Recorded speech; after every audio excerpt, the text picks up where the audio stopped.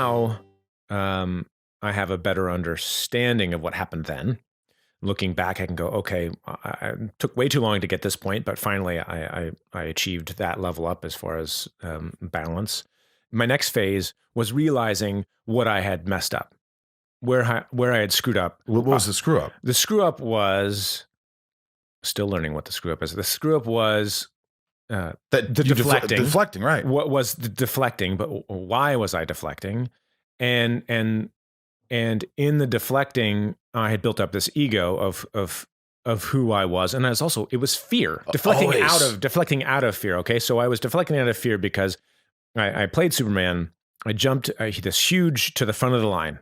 I'd done auditions and I'd been on stuff before, but I really jumped to the front of the line when I did that movie. Yeah. And then I wasn't given what I thought I was or had earned. I wasn't getting offers. Except for everything. Isn't that kind of an effed way of looking at things? Because I know, because we feel like, well, we deserve this. Yeah, I felt very deserving. I worked hard. I deserve, and it's like it's hard to. It is ego, and it's hard to imagine. Like, it's just that takes time to change your way of thinking, doesn't it? A very long time. I was told by my representatives and everyone, they thought it was going to be a big deal, right? That's what happens. You do a big movie and then you do other movies. Didn't they? I read that they actually, your agent took you on because like you look sort of like resemble Christopher Reeve, so I'm gonna have him in my back pocket because he's destined to play that role. Is that sort of why he became your agent? Well, originally that was what he said to me. Then, but that I no longer that agent dropped me after I got fired from the soap opera I was on back in 2001. Anyway, so they missed out on that. Yeah, sure did. But that didn't happen. When the only offers I was getting were horror movies, which I did not. Which I love. By the way, look around you. Fright Night. We got Dracula over here. Rudy isn't a horror movie, but Yes, it's a wonderful movie. So you're getting all these other offers, so things for projects that weren't in line with what I wanted to do. Right. Not a lot, but what offers were coming in were for things that I just had no interest in, and I didn't see them moving my career forward in the path that I wanted. I had to audition for things, and there were things that came very close that I was working with on the studio that just didn't pull out of. They were in production and it didn't happen. A couple other things that just didn't happen. But by and large, I was not a qualified auditioner. Who is? It's the worst thing in the world. Are you better now? I feel like I'm better now. I have more confidence in myself and many other things that kind of help make that better. Right. But I was not a good auditioner except for things that I was really right for. Right. Which is why you get the things you're really right for. Anyway, so I didn't do the work. I didn't read scripts well enough. My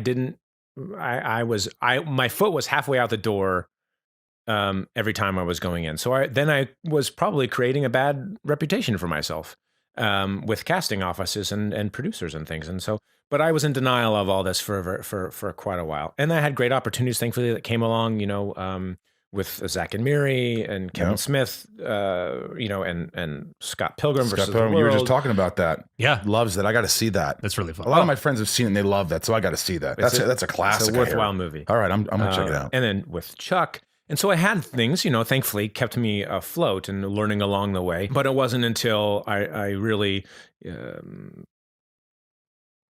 till I really understood that I needed to start again, that I needed to relearn things and relearn how to, not relearn, but I had to go back and actually learn how to audition for myself and re-engage myself and really become part of the process and fully.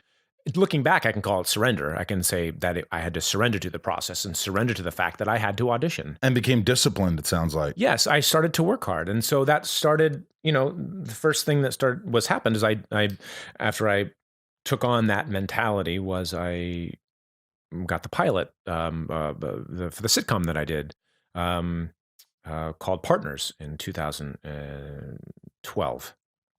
And that was a wonderful experience and would love to be still doing it to this day, but Sure. we did 13 episodes and that was the end of that.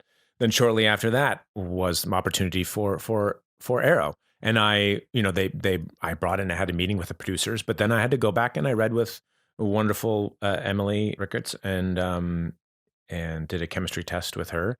And so I had to prove myself. That's the thing. You have to prove yourself. And I'm like listening to you. And it's funny because sometimes I think I'm going to have nothing in common with people. And then you start talking I think we all have things that are in common. Like there is an ego. Ego is such a big part of everyone's life that they probably ruin a lot of opportunities. And I remember I had opportunities, but it was ego, it was lack of discipline. I don't want to go learn this. I was, it was sort of embarrassing. If I look back, I'm like, you fucking pompous little shit. For you to go, you have an audition with, Tom Hanks or something. I mean, I worked on that one, but, Goodwill Hunting and Saving Private Ryan. And I remember this like the night before partying. I was a kid.